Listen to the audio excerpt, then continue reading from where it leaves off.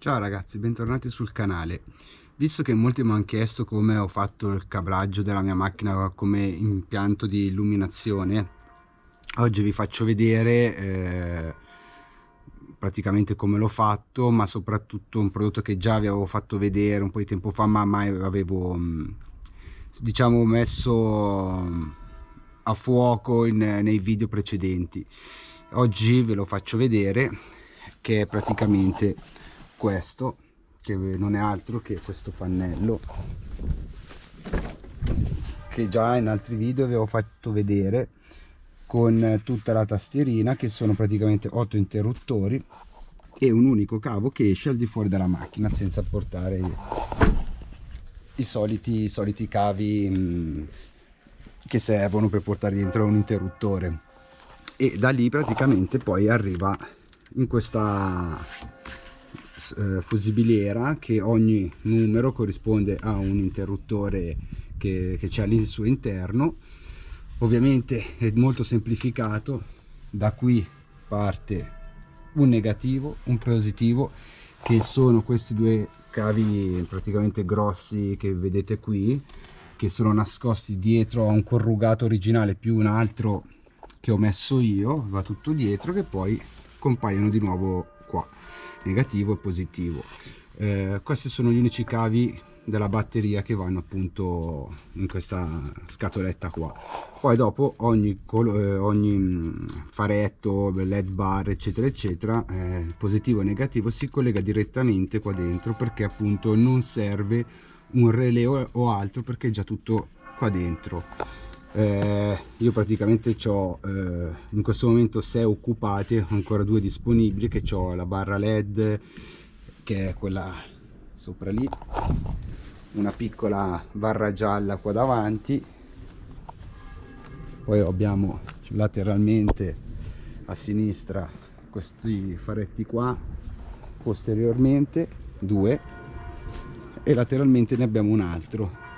In più ho messo vediamo se si riesce a vedere, sì, i rock led, che vengono comandati da questa centralina qua semplicemente, e tutto questo è collegato solo col positivo e negativo in questa scatoletta. Quindi voi all'interno tirate solo quel cavo qua, che è questo, che va dentro a quel pannello che avete visto, esce, si collega alla scatoletta, date corrente con il positivo e negativo, e poi ovviamente per averlo sotto quadro dovete tirare. Io ho tirato un filo che è quello lì bianco piccolino, non so se si riesce a vedere, quello lì piccolino.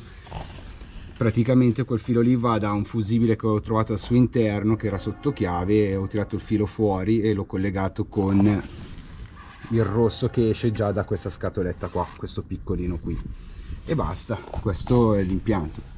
Per chi si chiede come li ho fatti passare sopra, come sempre a fianco al vetro, e poi dopo vabbè sale su, e io ho fatto i miei vari cablaggi. Stessa cosa dall'altro lato, dove c'è solo la barra led che passa, quindi è questo cavo qui che lo troviamo qua, che sale per poi arrivare qui e andare a collegarsi alla barra led. Basta, questo è l'impianto. È molto più comodo questo strumento qua, perché davvero solo a montarlo, vabbè, io adesso qua ho fatto una piastra perché qua c'ho i solenoidi del verricello, ma prima ce l'avevo al posto di questo. Praticamente avevo fatto 2 fori nella plastica qua, avevo messo la staffa che danno in dotazione, l'avevo messa qua che scendeva qua, però già non era comodissimo per avvitare questi, poche parole, c'ho i fili. Quindi cosa ho fatto? Visto che lì avevo troppo casino, troppi fili, mi sono fatto una piastra qua che appoggia sotto ai tubi del freno, che ovviamente ho messo una gomma che è questa qua, questa gomma qua, che almeno non si muove, se vibra comunque c'è la gomma e non va a rovinare questi tubi qua, anche se è difficile. E una volta che avete posizionato questo, avete appunto deciso dove metterlo, quindi date corrente col positivo e negativo della batteria, entrate dentro. Ovviamente non lo dico, però vabbè, era scontato che c'è un fusibile sul positivo che va alla scatoletta qua, ok? E quindi stavo dicendo, montato questo positivo e negativo, tirato il cavetto originale sempre in dotazione che va al pannello interno, decidete dove mettere voi il pannello, che comunque il cavo è abbastanza lungo, tirate, se volete mettere sotto chiave, cioè quando girate la chiave si illumina tutto il pannello. Poi quel pannello che c'ho su io c'ha un sensore di luminosità, e quindi di giorno è molto forte, di sera si va ad attuire la luminosità, quindi non dà fastidio. E basta. Una volta fatto quello dovete tirarvi solo i vari cavetti dei vari vostri accessori che volete mettere e basta. Quindi è molto molto semplice, cioè è più difficile a spiegarlo che a farlo. E basta, questo è quanto ho fatto, e quindi ve lo consiglio se volete mettere abbastanza accessori. In questa scatoletta potete collegare ok, io adesso ho collegato l'illuminazione, ma potete collegare, non so, anche il verricello avanti e indietro, sempre della pulsantiera.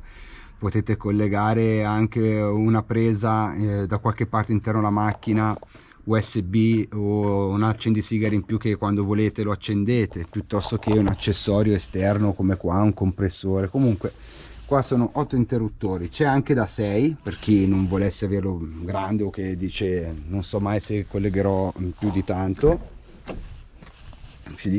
Quindi io, come vi dicevo, qua io ho fatto i miei collegamenti.